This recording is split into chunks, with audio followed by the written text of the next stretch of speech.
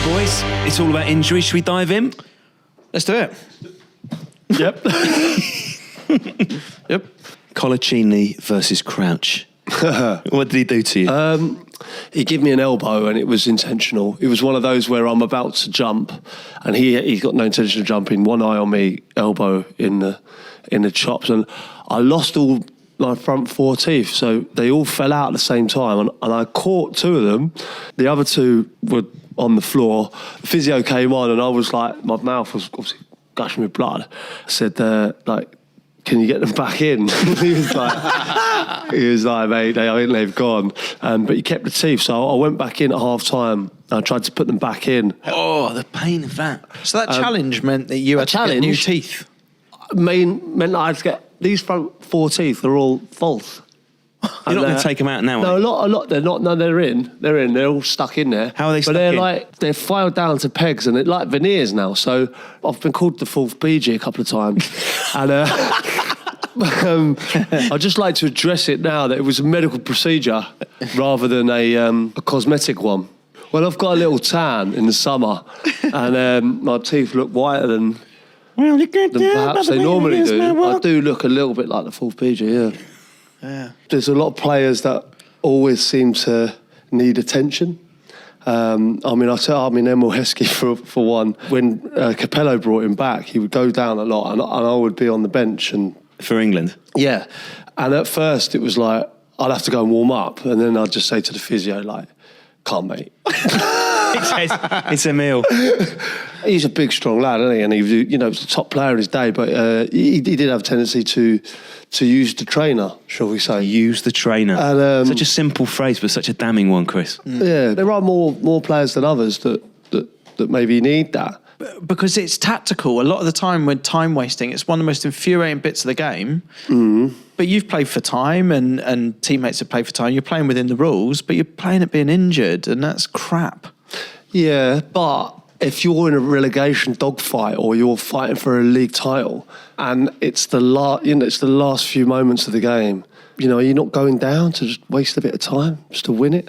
No one remembers if you... Disappoints me, Crowd. Does it? Yeah. I'll tell you right now, I've done it myself. I've gone down late on in a game. We're desperate to win.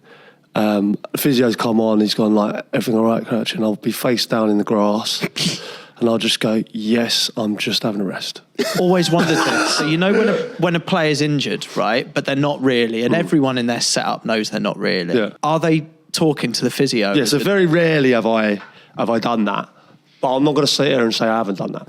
I have been, injured or got a bad tackle against me. So I haven't just made it up. You know what I mean? There has been a collision. But you're not in any way hurt? No, I could easily bounce. If there was an open goal, I'd be up and I'd score. But my point is the physio knows that too. Yeah, so I'd just say to the physio, we're playing for time. And what area of your body will the physio then treat, which isn't hurting? Well, yeah, I'll just make something up. If they just tickle my calf. Yeah. But you're not play acting to the physio. You're both. No, I'll tell him straight. Yeah. Like, he'd be like, yeah, you go, well, great shout, well done.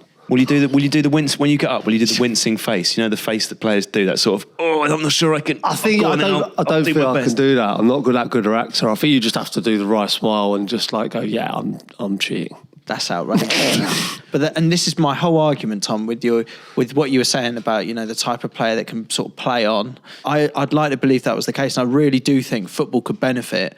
Although imagine the chaos if injuries were just dealt with. Someone came and ran on the pitch, the game sort of plays on. But physios and medics and that were allowed on. Unless, rugby, of course, rugby, you'll get a player down and the physio will be on the pitch and the game will be going on around it. Exactly. How do we feel about players who make an audible noise as they go down? It's a sort of, aye! It's good to hear. That was a continental one, wasn't it? It was, exactly. Yeah. What's an English version of that? Oh! Ah! This is a horrible image I have between the two of you. I've mentioned this before, you are a pervert. No, it sounds like you two playing tennis. Oh, that's the right, noises okay. that... Yeah, go on, give us a Spanish. You've just had a stud down the back of the Achilles in your Spanish.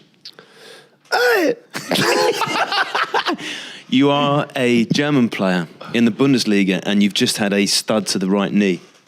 Oh, no! You are one of Paris Saint-Germain's expensive signings, and someone from Nantes has just gone through the back of you.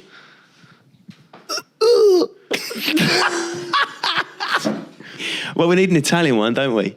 So an old-fashioned Italian defender has just booted you up in the air. No, I've got Italian in my locker. Get into character, really. I'll count you in. In fact, I can even pretend to kick you on the back of the leg. Right, only 3, 2, 1. No.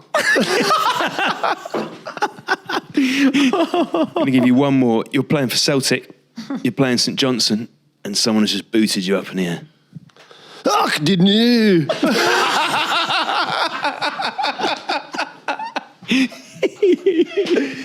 Oh, it's so good.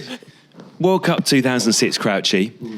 The country 4 years before has had the whole weight about David Beckham's metatarsal. Is England's best player going to be fit? 2006, it's happening all over again with Wayne Rooney. For you players inside the England camp, what was it like? The manager still took Wayne Rooney, even though he wasn't fit, which was a bit weird. But I mean, being a forward, I knew I'd probably start the first game if he wasn't fit. But I knew he wouldn't be fit for the first game, so I was just getting myself mentally prepared for that. I was just staying in my own bubble, really.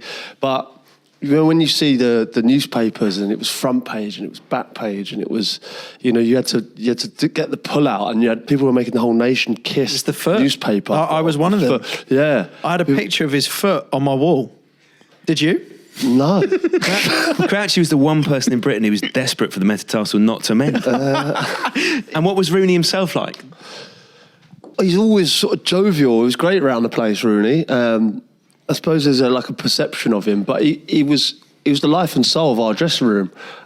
He was great to be around. Everyone loved him. The mere fact that he was there was good for us anyway. Even if he hadn't played 1 minute, it would have been good to have him there. Did he play up the injury though? You know when you're ill or like, and you really milk it, especially with all the attention of the world is on his foot, right? Similar to, you know, remember when Gazza at Italia 90 when they were saying that he was playing tennis Day before the semi-final. Before a game, you know, sweating, playing 5 sets. Rooney in a way was a bit like that, you know, like it's hard to keep him off the training pitch. He wants to play, he's like, he just enjoys it, he loves it, you know, he's just a sort of like a kid. He just loves football, so it was hard to sort of keep him reined in, really. He just wanted to play. Did you have to remind him he was injured? Yeah. He wanted to train, and watching him sort of on the sidelines, you know, watching us train, it was tough for him, horrible. When most people are ill or injured, you're a pain in the arse, aren't you? You know, you're an annoyance, if anything. What was he doing to be the life and soul of the party? 6 weeks you're in a sort of camp together, every single day, you know, seeing the same people, and so yeah, you need someone being lively. Rooney would He'd run the show. Yeah, I mean, it was great. He'd run the shows. Yeah, he would always make people laugh. He's one of the people that could never sleep, so you'd always go. Say if you're chilling, and like people would go for a kip in the afternoon or something like that. He would never. So he's always like lively, you know. So you would go back to your room and you go, I'm bored now. I'm going to go down to the physio room just to mess about. He would always be in there, and there'd be quizzes going on. There'd be something, you know. He's doing quizzes. It'd be like, it'd always be something going on. They'd be watching a film and they'd just be chatting about that, or there's always be something going on that keep you entertained, and you need that, especially in a camp going into a World Cup. That whole Germany trip was just such an experience. It was a mad World Cup, but then we were up in the hills of Germany in a big, massive sort of castle. But it was just for us. It was, I mean, the hotel must have slept 200 people. But I remember not being able to sleep or something, coming down for a bit of toast. It was so eerie. There was no one around, and I'd walk round and go into the games room just to see if anyone was about. And Rooney's in there banging out a quiz. Rooney's in there with a massive quiz book. Crouchy! He's got a pencil You're behind. back. He's got a pencil behind the ear. He's got like an encyclopedia. Crouchy, just found a question for you.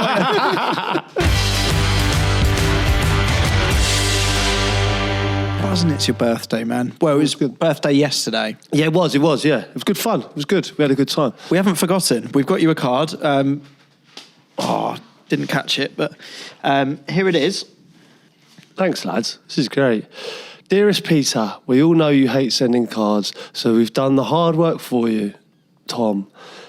May you get better with age. Birthday stronger. Love, Chris. There you go. That's beautiful, that, lads. I appreciate that. You won't be getting one back.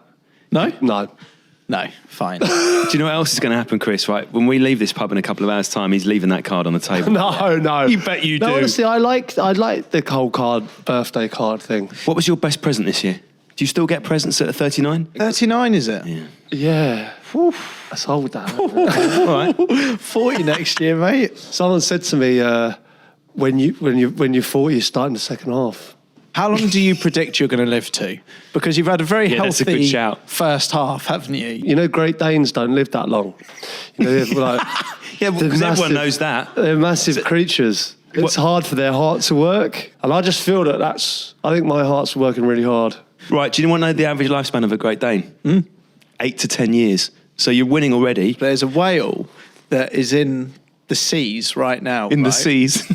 It can live for 300 years. 300 years? So there is a whale right now in the sea. There's 299. That has been here and has seen all sorts. But hold on, It hasn't seen all sorts in the one, sea. and its heart beats like once every year. Once a year. It's true. Google it. I'm telling you, there'll be some naturists or something. No, that will get in naturists touch are with you. naturists are people. All right, there'll be some. There'll be some naked people. No, there'll with be a some. Naked person who's the- seen this whale. Longest lifespan animal brings Right. up the bowhead whale. Right. How Also long? known as the Arctic whale, the bowhead is by far the longest living mammal on Earth. Some bowhead whales have been found with the tips of ivory spears still lodged in their flesh from failed attempts by whalers 200 years ago. The oldest known bowhead whale was at least 211 years old. 211 years old. You never know which way this podcast is going to turn. Do you?